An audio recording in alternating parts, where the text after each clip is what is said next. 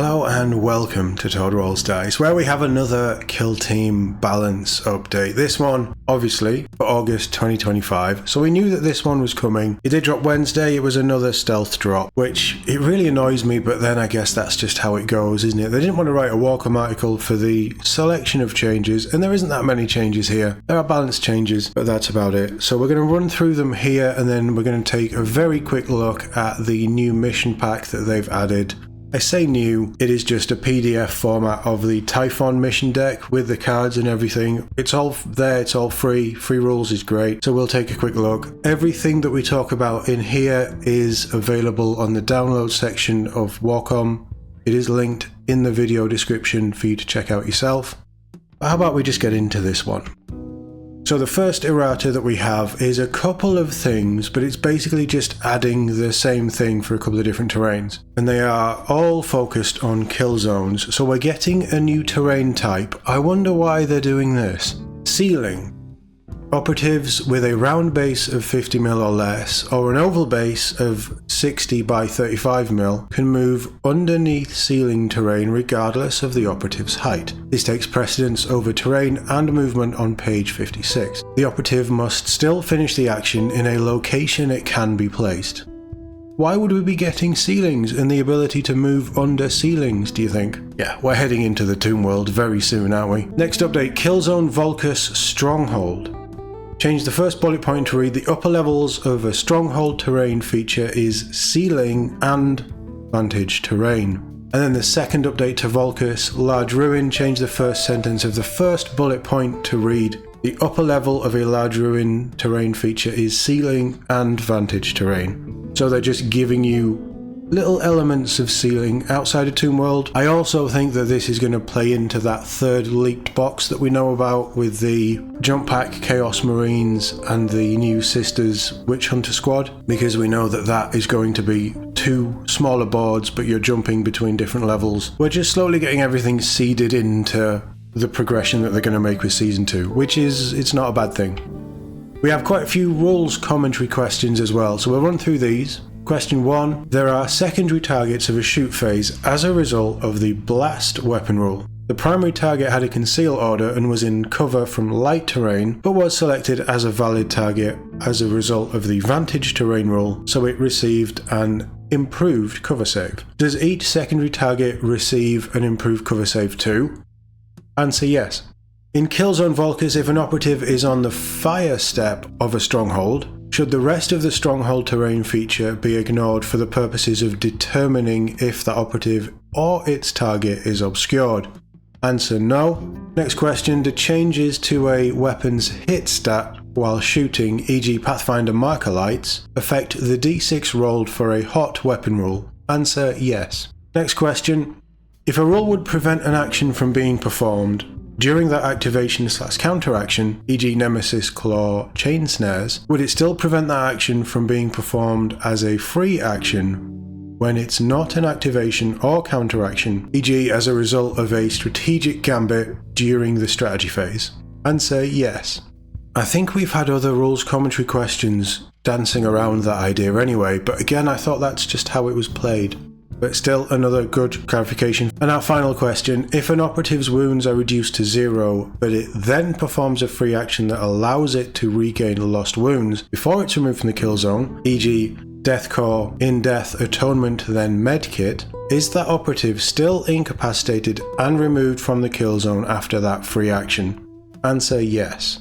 Interesting. So once you go into that death state, you will always be removed. I guess you can't always save your operatives. I hadn't even thought about that one, but I suppose that's quite a niche specific thing to medkit and operatives that have, or teams that have that in-death atonement style rule. Yeah, I'd never even thought of that one. That's a really good clarification.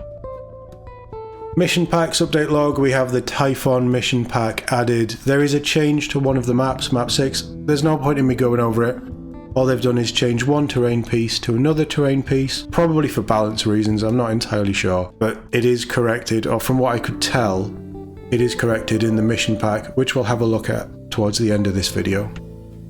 So getting into the individual teams, the Exaction squad. We have one question on the rules commentary. Question: my Leashmaster and R-VR Cybermastiff operatives are activating simultaneously as a result of the handler rule. Can I use the brutal backup firefight ploy to select one of those operatives that has already performed a fight action during that activation to fight again? Answer: no. I probably should have got up the brutal backup firefight ploy, shouldn't I? But the upshot is you can't do it anyway. That's probably one of those rules where so many things have to happen in a certain way. But upshot is you can't perform a fight action again through that instance. I'll go with it because I don't know Exaction Squad, but let me know in the comments what you think of that one, if that changes how you were playing Exaction Squad.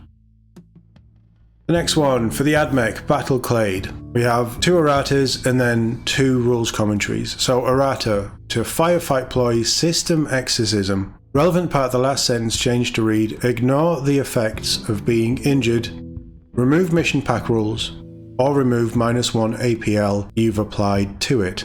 They're adding this stuff in, but mission packs, rules and things is something we're going to start to see a lot more of, I think. And how they interact with certain operatives and firefight ploys and how teams run, but it's just making sure that everything that needs to be removed is removed. And then the Servitor Underseer operative, the Noospheric Spur and Network Override actions. Additional text added at the end of the effect. For the purposes of the comms device universal equipment, the operative the distance is being determined from must control that marker. So just further clarifying how universal equipment would come into play with that. And I think we're going to start to see some teams really utilising this universal equipment a little bit more, which is good. Over to the rules commentary. First question: does the remote access firefight ploy allow a friendly tech priest operative to place a marker within 4 inches rather than within its control range? The answer is no. And can you network counteract if your opponent doesn't have any ready operatives remaining to activate? The answer is yes. Interesting.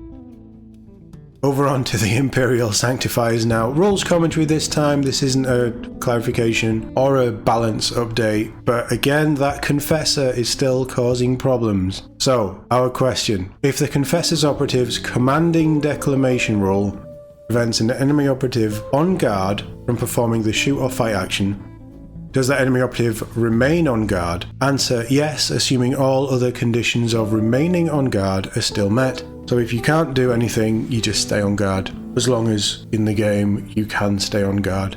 Confessor's changed quite a bit, hasn't it, since it released, 3 months ago or something like that? Over to the Necrons, and possibly the last update for the Hierotek Circle. No, that's a complete lie. They were a Season 2 team, weren't they? I take it back. Another update for the Hierotek Circle. So this one is again for the Chronomancer operative, the Time Splinter action. I feel like this gets a lot of attention. Relevant part of the second sentence changed to read: select one other expended friendly Hierotek Circle operative.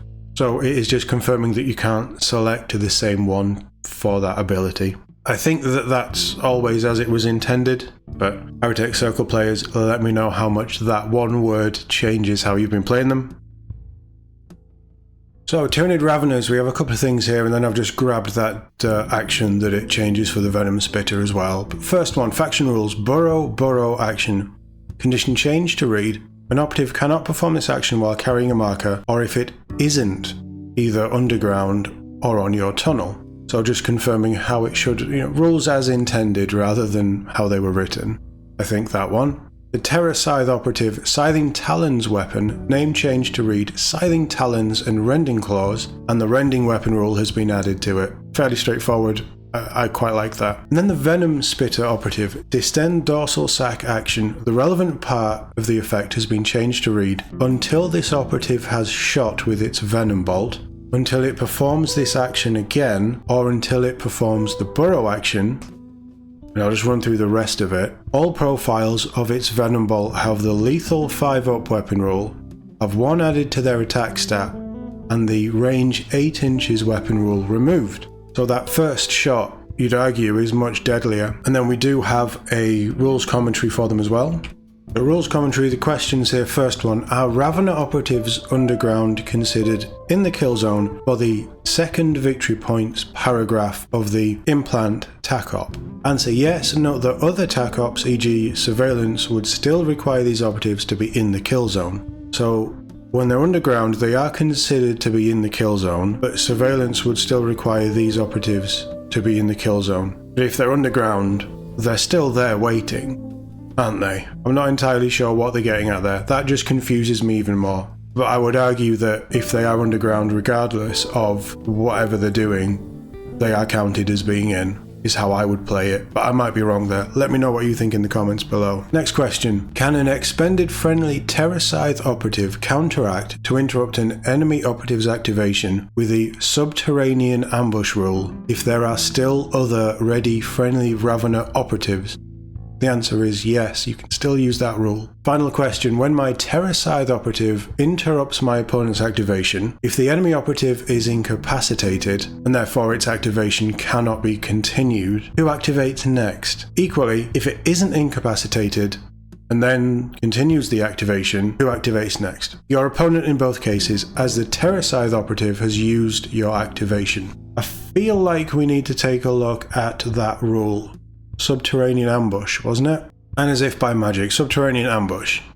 Once per turning point, after an enemy operative performs an action in which it moves more than 2 inches and ends within 2 inches of your tunnel, if this operative is underground and is either ready or hasn't counteracted during this turning point, you can interrupt that enemy operative's activation / counteraction to use this rule. Okay, straightforward so far. If you do, activate or counteract with this operative as appropriate, but during its activation / counteraction, it must fight against or shoot against that enemy operative and cannot do so against any other enemy operatives until it does. If this isn't possible, this operative's activation / counteraction is cancelled and this rule hasn't been used. After completing this operative's activation / counteraction, continue that enemy operative's activation / counteraction if possible. So the Terrascythe pops up, it's an ability, so it doesn't cost anything to use. It pops up out the ground as long as there is an opponent that's moved more than 2 inches but ends within 2 inches of a tunnel, and the Terrascythe is underground. You can only do it when it's underground and meets the other criteria. So if you go on to pop out the ground and you fight, it does have a range 3 attack as well, so you could do a shooting attack, but if you fight or you shoot and you incapacitate that enemy operative, your opponent picks the next operative to move. Or if you don't kill it, your opponent carries on with that operative's move, like through to the completion of that operative's turn. But yeah, I understand that. That makes sense. That's quite a nice rule though. I suppose it is only on the Terrascythe, but it does give you quite a threat presence on your tunnels, doesn't it? I think the Raveners are going to be a really fun team. I really do. But that is us done for August. Not too many changes here, and I think that makes sense knowing that we've got a new approved ops deck coming soon. But also, we're getting a whole new arena with Tomb World, and Tomb World is going up for pre-order tomorrow. It is a pricey box. It's more expensive than I was thinking it would be, but still, if you want it, you're going to have to be quick because I think it is going to sell out. I think that new terrain has got quite a lot of people interested, and obviously the teams in there, but mainly the Death Watch, probably going to be very popular. But I don't think there's any huge changes in here actually. I know that this is the balance update, but I don't think there's much in there that really changes the balance of the game outside of that new ceiling rule. Yes, I forgot. We'll tag it on now. So hopefully the edit will make sense. But there was also the new mission pack update log that we mentioned, referring to the Typhon mission pack that is now available for free on Warcom. I really like that they're doing this. As somebody who has the book and has the rules, and part of why I buy the books is to get these rules included and guarantee that I can get them, I think it's a really positive step that they are adding this stuff for free. Alright, it's a couple of months later, but this terrain set is going up for pre-order tomorrow as well, alongside Tomb World. And this just goes through each of the pieces and gives you an idea of, well, basically you've got 2 lots of heavy and then a load of light terrain. It takes you through the Joint Ops Typhon pack, which was all included. This is a really nice thing as well. I love the Joint Ops stuff and I love that they're continuing to grow the Joint Ops. So you get, it just talks you through everything. You get your MPO data cards as well. So in the box, while all this is all in the book, you also get the cards. They're not releasing the cards individually, which is fine because they are all available here. And if you want to print this out and cut them up so you've got a version of them physically, that's absolutely fine too. I do like that it's adding all this stuff. Map key talks you through all of the Volcus bits, and then the Tyranid infestation stuff as well. And then you've got your joint ops missions. You got your 3 missions there. Sorry, your 6 missions there. But still, goes through everything. There's everything that you need. If it needs updating, I'm sure that they will. Then it moves into your adversary ops stuff after your joint ops. So this is your PvPvE mode. It might have been map 6 of this one that was changed actually. One of them was changed, I'm not entirely sure. And then finally, rounding out the document, you get your event cards, which means that everybody can play this now. So yeah, really good. I like seeing this stuff. I like that certainly for Kill Team they have embraced that digital rules side of things. And I like that pretty much all the rules, if not all the rules, are free or will be available for free at some point. I'm expecting the same thing to happen with Tomb World when Season 2, whatever that Season 2 Box 2 is going to be, Tomb World stuff and their event cards and all of the joint ops and adversary ops stuff that's in that dossier will be released like this as a PDF as well. So just a really nice positive little thing that they're doing for Kill Team, and hopefully this keeps people interested. The joint ops stuff I think is great. It's my preferred way to play, I think, just because it's more about the narrative. I say joint ops, but solo play, you can do 2 kill teams, just your kill team. You play with someone else, you can play on your own. That co-op side of things, the PvE side of things, that's always been my bag. I think this is really popular that instead of just leaving these dossiers unreleased and being a FOMO purchase in the boxes, I do like that they're releasing the stuff that you need to play these elements. Alright, it's a few months later. Ideally I'd like it a bit quicker, but I like that it's released for all of the community to embrace. And I think that this is just a positive step from Games Workshop, and it's very rare that we get those, certainly recently. So well done Kill Team designers. I think that you are actually doing great things with this game, and all of these updates being free and easily available is really positive. Right, we'll cut back to the other part of the video for the outro. But let me know what you think in the comments below. Hopefully you'll be able to get your pre-orders in for Tomb World if you are wanting to pre-order it, so good luck with that one tomorrow. As always, thank you very much for watching, and I'll see you all in the next one.